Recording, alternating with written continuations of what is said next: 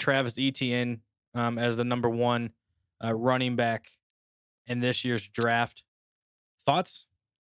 Very good. Yeah, Very, very, very good. He yeah, is incredible to watch.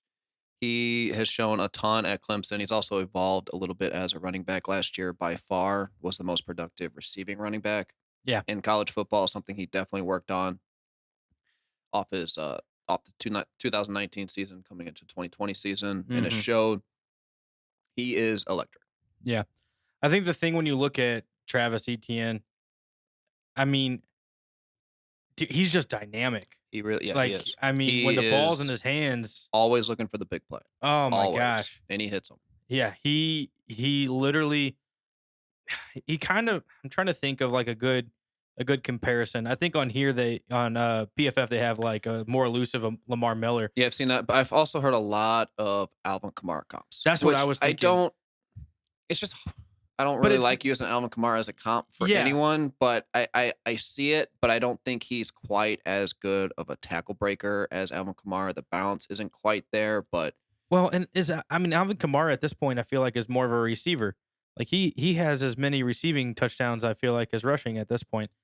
But to me though, like the home run aspect is kind of like Saquon Barkley-esque. Because Saquon Barkley at any given point in a football game could break a 70-yard touchdown. And that's kind of how Travis Etienne is. At any given moment in that game, he's just going to break, you know, 50, 60, 70 yards, whatever, and take it to the house. yep, I mean, and he's so he fast. is. He is really fast, and that's like the one thing. His size isn't.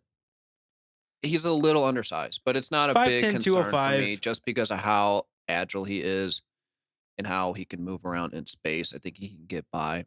Yeah. Yeah, I'm not overly too worried. I mean, we're not going to be spending a ton of time talking about these top end guys. We all know who they are. Yeah, Um, and you know, we'll do another ranking episode where we're actually going to be ranking our players once they're drafted.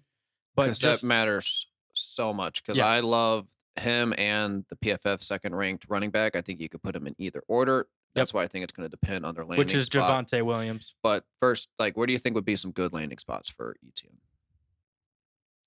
So ETN, I feel like would fit more of a Buffalo mold.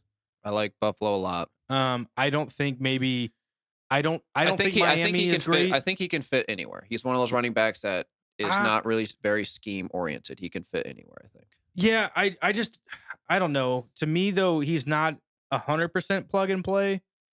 Um, but I do think, of these running back needy teams, I think he would fit most of those. Yep. The only one I wouldn't see him fitting maybe is Pittsburgh. Yeah, I don't Um, really see him in Pittsburgh either. I like Miami. Arizona wouldn't be one I would. Yeah, I like Miami, Buffalo, and the Falcons. I like the Falcons for him a lot. Yeah, the Falcons would be fine, but I think Buffalo would be ideal. And if he landed in Buffalo, Yeah. good grief, man, Well, that I would just be think it's Buff because in the past, when you think of Buffalo, you think of like a bruising running back kind of a style. But now, how I much they yeah. pass the ball and everything, I think his passing ability mixed with his running ability in that offense, I think would be very, very deadly. Yes, I think their mold is more they need more of an elusive back. They have two kind of bruisers already there and they are not doing well. Like I don't think either one of them can do the passing can pass catch like Travis can.